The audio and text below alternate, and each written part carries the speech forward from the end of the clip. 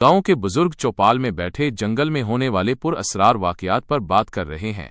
कोई कहता है कि उसने जंगल में किसी साए को भागते देखा, कोई कहता है कि रात में अजीबोगरीब आवाजें आती हैं। गांव के लोग खौफजदा हैं और कोई भी रात को जंगल में जाने की हिम्मत नहीं करता। गांव का सरदार सबको तसल्ली देता है, मगर लोगों के चेहरों पर खौफ वाज़े है। छोटो, जो गांव के सरदार का बेटा है, इन अजीब वाकयात की हकीकत जानना चाहता है। वो अपने करीबी दोस्तों मिंटो और बबलू को अपने साथ शामिल कर लेता है।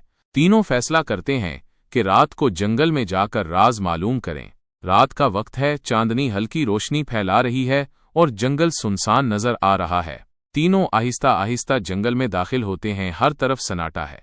अचानक उन्हें किसी के कदमों की आहट महसूस होती है। वो एक दूसरे की तरफ खौफजदा नजरों से देखते हैं, मगर आगे बढ़ने का फैसला करते हैं। अचानक एक झाड़ी हिलती है। बबलू खौफ के मारे चीख उठता है। छोटो एहतियात से आगे बढ़कर झाड़ी के पीछे देखता है, मगर वहां कुछ नहीं होता। अचानक दूर एक बड़ा साया तेजी से हरकत करता है।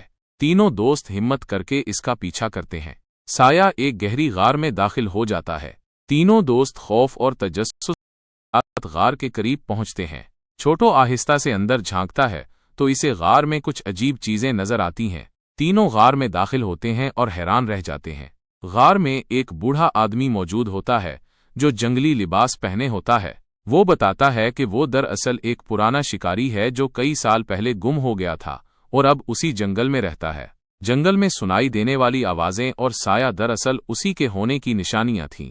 शिकारी की कहानी सुनकर तीनों दोस्त हैरान हो जाते हैं और उसे गांव ले जाने का फैसला करते हैं। गांव वाले पहले खौफजदा होते हैं, मगर जब शिकारी अपनी कहानी सुनाता है तो सबको हकीकत मालूम हो जाती है। गांव वालों का खौफ खत्म हो जाता है और वो शिकारी को अपने साथ गांव में रहने की दावत देते हैं।